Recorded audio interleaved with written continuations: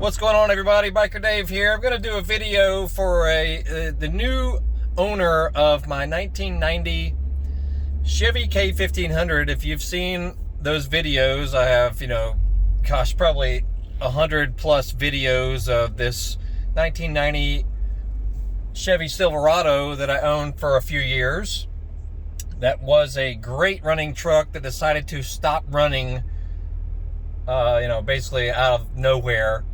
And, I tried to troubleshoot it for several weeks, following all kinds of tips and hints online and, the usual ways that we try to find how to fix something we've got going on. And I usually will fix something, or I'll keep trying to no end. But I basically gave up on this truck.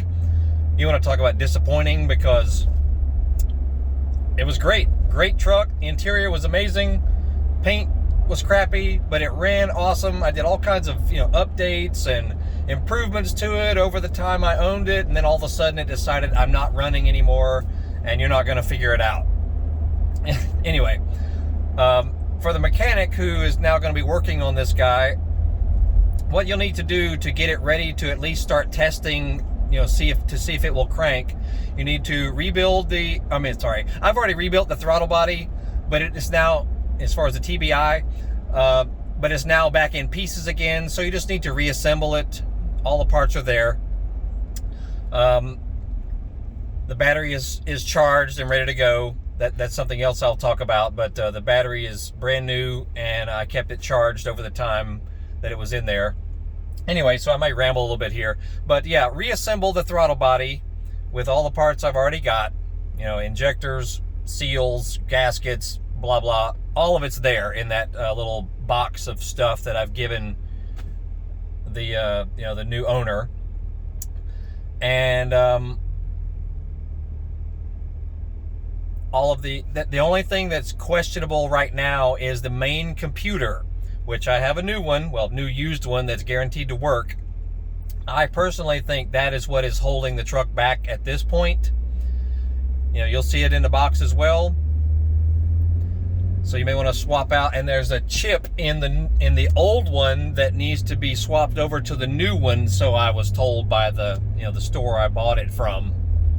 That may or may not be true, quite honestly, and I'm sure you will know better than I on that. But anyway, there's a working main computer sitting in the box as well. I personally would swap that over because it's questionable, because what I think is the former battery I had in this truck that was proven to be defective, because it was throwing random levels of voltage at the system, even with no load on the battery. So this wasn't a grounding issue that I originally thought it was. The battery itself started going up and down with voltage to the system. It'd go as high as its normal amount at like 14 volts or 13.8 or whatever, and then it would drop down to about 4 volts for a few seconds for no reason whatsoever. We all know that's not normal, and sure, yeah, it could have been a grounding issue or ground wire issue, which I already replaced all the main ground straps and all that, and it didn't matter at all, because lighting and everything would just dim down to nothing, even if I wasn't trying to turn the vehicle over. Anyway, so I took the battery back. They definitely agreed that it was defective because they tested it with a voltmeter. Gave me a new battery. Now the truck stays lit all the time. If you open the doors or whatever, stays lit as it should the entire time you have doors open. But I haven't tried to crank it since then. That's basically at the point where I gave up on it. So anyway, battery's good. And ground straps are good. The only grounding areas I have not investigated are in the rear of the truck, which I've heard there are a few back near the rear bumper. I have not investigated those at all, or any of these. And the grounds in the cabin, there's one on the left side down near your left foot. That one is alligator clipped to metal. I know it works.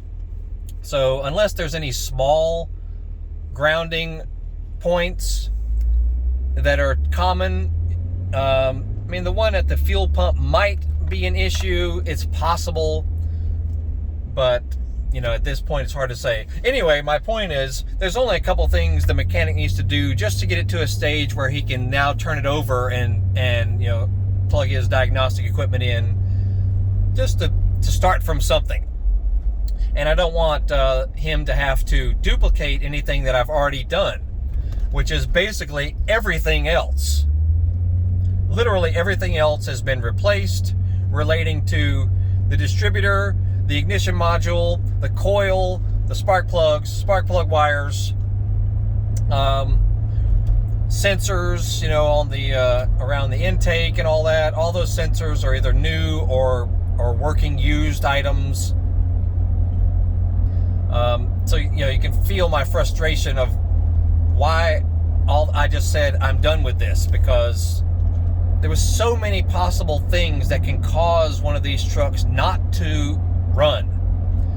If you Google it on the internet or YouTube it and all that, you'll see just dozens of different things that can cause it to happen. So after I went through every single step and none of it worked, the only things left should be the main computer and any small grounding points in the rear of the truck or other grounding areas. So I don't mean to be repetitive, but I just want to make sure that this new owner understands that so many things have already been investigated.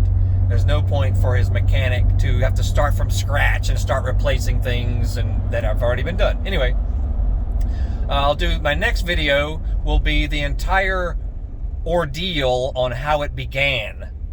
And this will be helpful possibly to other owners.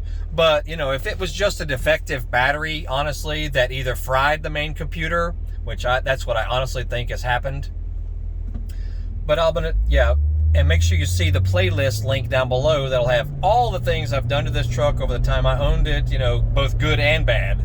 Lots of great things I did, you know, updates and things, just totally awesome. I was so happy with how it was running. For it to just quit and I replace everything everyone recommends and it not fix it, you know, it's all I can say is it's extremely disappointing.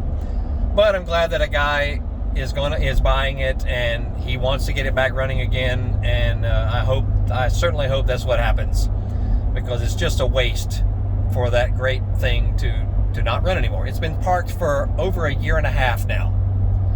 And wow, you know, really, really rough. Anyway, won't ramble anymore. If the mechanic needs to ask me questions directly, I can try and help, but just know that everything has been replaced that needs to be replaced to solve this issue.